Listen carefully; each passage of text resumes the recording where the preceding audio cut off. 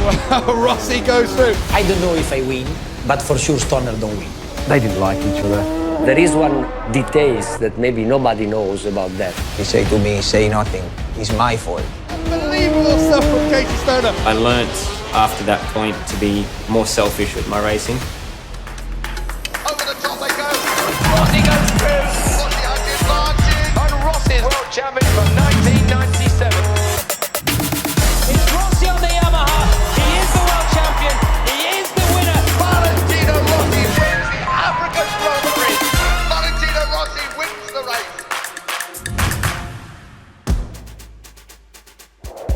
2008 was the year where Valentino back to be competitive. We won in China, won a few races. We ride with Casey Stoner, the man behind him chasing his 7th successive win here at Mugello. Here we go, Castello is one of his favourite overtaking places. Valentino Rossi wins his 7th successive Grand Prix here at Mugello. He increases his lead in the World Championship. But still, Casey Stoner was so strong. He was so fast. Casey Stoner crosses the line and wins the German Grand Prix. 3 in a row for the Australian. Valentino Rossi in second place. Casey stava facendo paura, secondo me è uno dei avversari più difficili, è stato per Vale, per noi, quello forse sicuramente con più talento. But it's the man on fire. Can anybody beat him in 1 week's time at Laguna Seca? And that was the start, of course, then of another great rivalry. I mean, Casey and Valentino were big rivals. They didn't like each other. They didn't get on. He had such a power.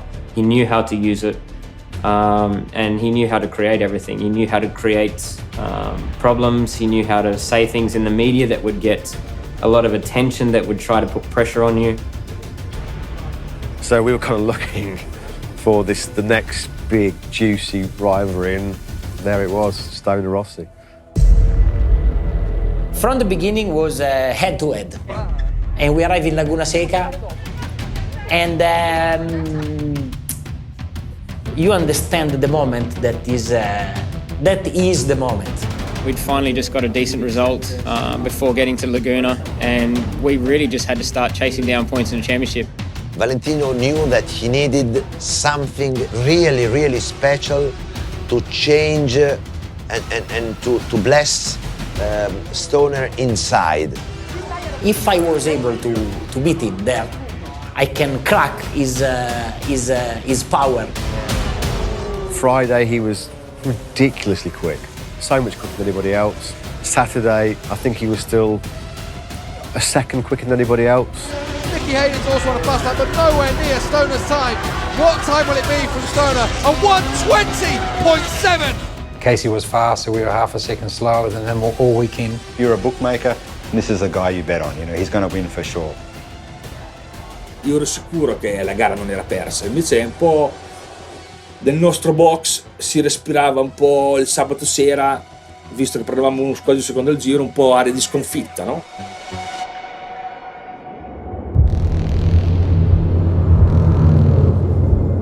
And I remember Saturday night inside the garage, Valentino speaking to Jeremy Barges, his crew chief, talking about how can we do, and all of us, me with mechanics, seated in the floor, and was like everybody thinking, try to pick up some idea, maybe we can do that, we can do this. I said in Laguna, I remember clearly saying, if you can just get in front of him, and if you can lead onto the straight, because if you know the straight at Laguna Seca, it's short, uphill and over a hill. And if you're in front, the rider behind has to go a longer way around. And disturb him as much as you can, anytime you can, and don't let him get one complete lap. Because if he was to make half a second gap, you'll never catch him. No, we had a strategy. The strategy was go first and stay first, because for us, theoretically, it was easy to do it. They had to close a gap, a very big gap, that to me was unclosable. Clearly he expected to win, Ducati expected him to win. But you know, there's always that old story, isn't there? There's always the sprinkling of the Rossi magic on a Sunday. We start in the hotel. From the hotel, me and Ucho, and to go to Laguna Seca for Sunday morning. And Ucho said to me, "Hey, today what's happened? What do you want to do?" And I said to him, "I don't know if I win, but for sure Stoner don't win." So this is the target, the plan for the race. Well, maybe he already had a plan in his head that either he was going to, be able to beat me, or both of us wouldn't finish. I don't know. So, but some of the overtakings do suggest that was the mentality. Start first of all with Casey Stoner from pole position at 1:20.7, smashed the pole position lap record. He smashed it actually on race tyres as well. 5 poles in a row now for him. He's the only man to have done that in the 4-stroke era since Valentino Rossi.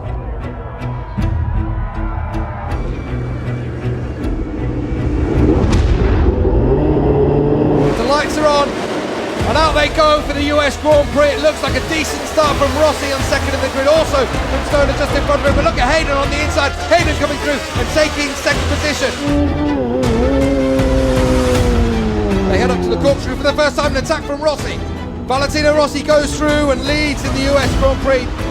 You could see the desperation and the way Valentino was just desperate to get in front, desperate to get in front. Every time Stoner overtake him, he had to answer immediately back. Wow, Rossi goes through and pushes Stoner wide. This was very clear from the first laps that was his plan, not to let us go, not to let us get into a rhythm. And it was great with a lot of overtaking, like this. Stoner in second position once more, round the outside, going up the Rahal straight. Unbelievable stuff from Casey Stoner. And Rossi comes straight back at the corkscrew. We haven't seen action like this as Rossi runs off track and pushes Stoner wide. What amazing stuff. Here's Valentino Rossi. I think I was like everybody else in the world, just like that, you know. It's you forget to breathe from it. I still don't know how Vale was able to react in an unbelievable way. Didn't matter whether he won or we both went down with a crash, one way or another. He didn't want me to win that race. He used a part that was not in the track, and when he came back in, did nothing to stay in his line. And Casey, I remember, must close the throttle, brake, and let him go to avoid the crash. He came on the track in an unsafe way. He went off track and gained an advantage. It's also in the rule book. If you go outside of the track and gain an advantage, you have to give that back. Valentino really outfoxed Casey, in my opinion, on that racetrack. So it was a real battle of the wits. More than anything, it was a battle of the wits. And then finally, I remember that Casey fell towards the back end of the race. And lining up the last corner of the circuit.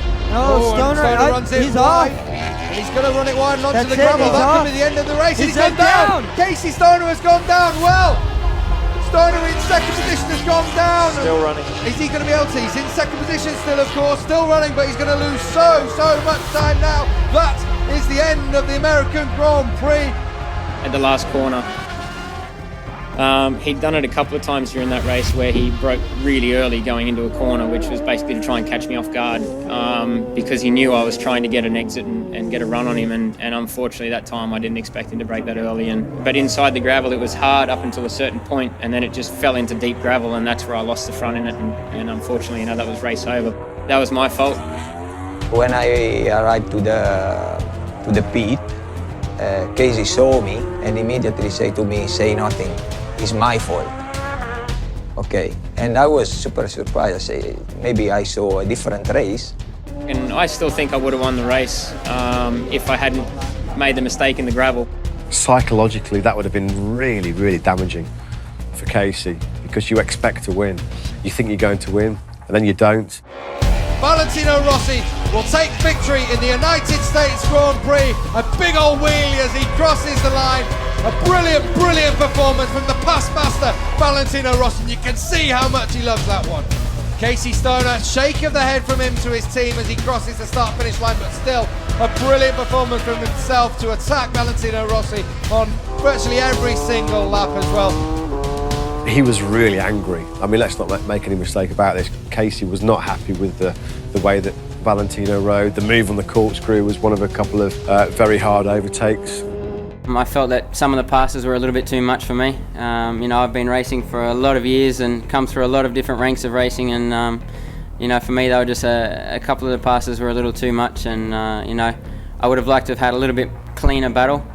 I learnt a lot about character. I learned a lot about racecraft. I learned a lot about what people were capable of. I learnt after that point to be more selfish with my racing. Not really care so much when maybe somebody had to run wide after I overtook them. He had to learn, I think, from a loss. And he learned that he was fighting with a kind of monster also in the head. He probably made a mistake that day by doing what he did. Before we were rivals, after that we were not enemies, but we were a lot stronger rivals. So from that day forward, I didn't really care. You know, if he was fighting for a championship, I certainly wouldn't have been his friend. If he was fighting for victories or needing points, you know, I certainly wasn't going to help him out. It was one of the best races of my career, one of the best battle against one of the greatest rival, and that was very important for the championship. The psychological lift, the huge mental boost that Valentino would have got from that victory would have been huge. You know, he would have flown home from California that day thinking he could walk on water. You know, he didn't need a plane to fly home. He was so high. Secondo me è stata la svolta di quel mondiale lì, perché lo sapevo che quella gara lì sapevo che forse che sarebbe stata la chiave di quell'anno. Lui era quello che stava facendo così e noi stavamo facendo così. Era ora di provare a fregarlo e lui avrebbe rifatto poi lui così e noi così. Without the overtake in Laguna Seca in 2008, Valentino would not have won the championship, and Casey Stoner would have maybe won that title and also others. There is one details that maybe nobody knows about that. When he moved into the mud and come back in the truck, the bike hit the asphalt, and the screw where there is the oil was completely damaged. If you go up the track and you come back there's pretty big curbstones as well, and and you have the G-force of bottoming it out. So he was in the rocks, in the rough, then poof, like that. There's a piece of concrete or a drain or something, and it had hit the bottom of that and broken the bottom of the cowling, and the plug the sump plug that holds the oil in the engine was ground down by about, I'd say almost half was ground away, I remember, after the race. In future years, that went onto the side of the engine, not onto the bottom. Just for a couple of milli, the oil didn't come out from the engine. So that's also something, then when we saw that at the end of the race, it's unbelievable. So it was really another small detail that makes everybody like without words. Sometimes you need a bit of luck on your side too. He goes to the corkscrew and kisses